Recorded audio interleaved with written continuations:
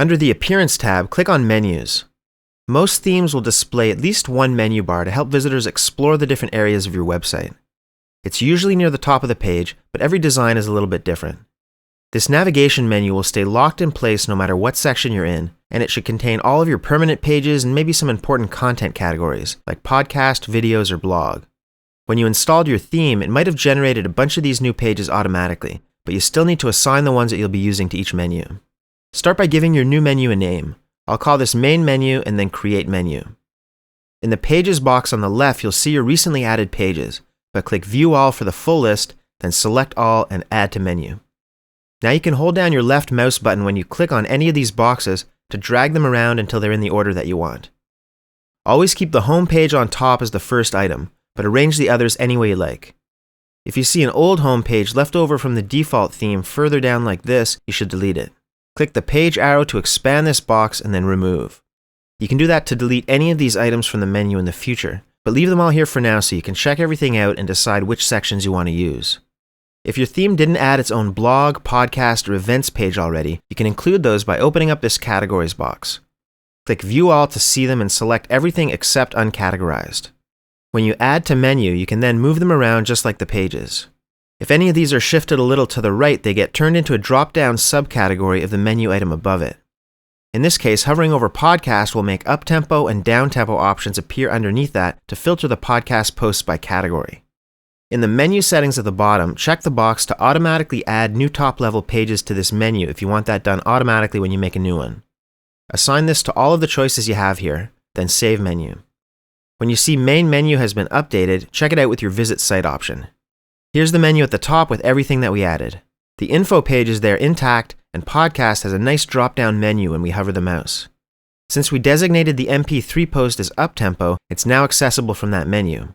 Clicking on Podcast also shows it to us because that was set as the parent category when we published it.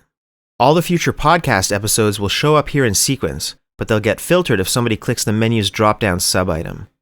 We didn't put anything in the down-tempo category yet, so this page is empty. I don't really like the extra menu here at the top, so I'm going to go back to the menu options and unselect the box for Top Menu, then Save.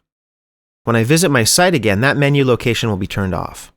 You really just need one menu, but hopefully you have a responsive theme that will shrink your website for visitors on mobile devices.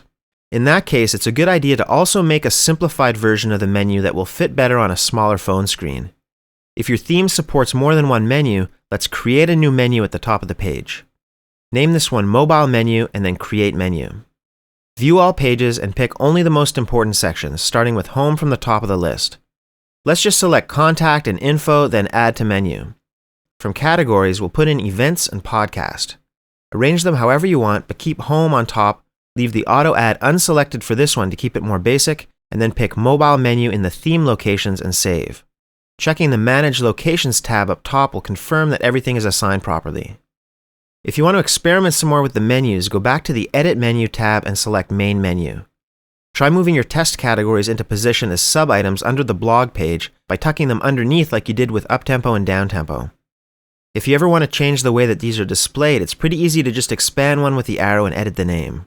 Click the arrow again to close it and make sure to always save the menu at the bottom. Now when you check out your site, those categories will drop down from the blog menu to filter posts for visitors. You can see that the podcast posts still have the option to select up-tempo and down-tempo even when they're nested inside this other submenu. Clicking directly on blog will show you all of the posts regardless of their categories.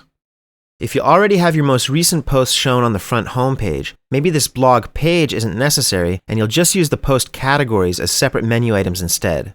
This theme works best with a static front page, so I'll have to keep the blog like this, but I think maybe I'll go back to the menu editor and give the podcast category its own spot. I also want my info page as one of the first items, so let's move that up there, and I like having the contact page as the last one, so I'm going to slide this to the bottom and then Save Menu. When we visit the site preview, it looks like everything is now where it should be. Let's go back to the dashboard and look under the Appearance menu for an option there called Widgets, because we're about to investigate another important feature of WordPress.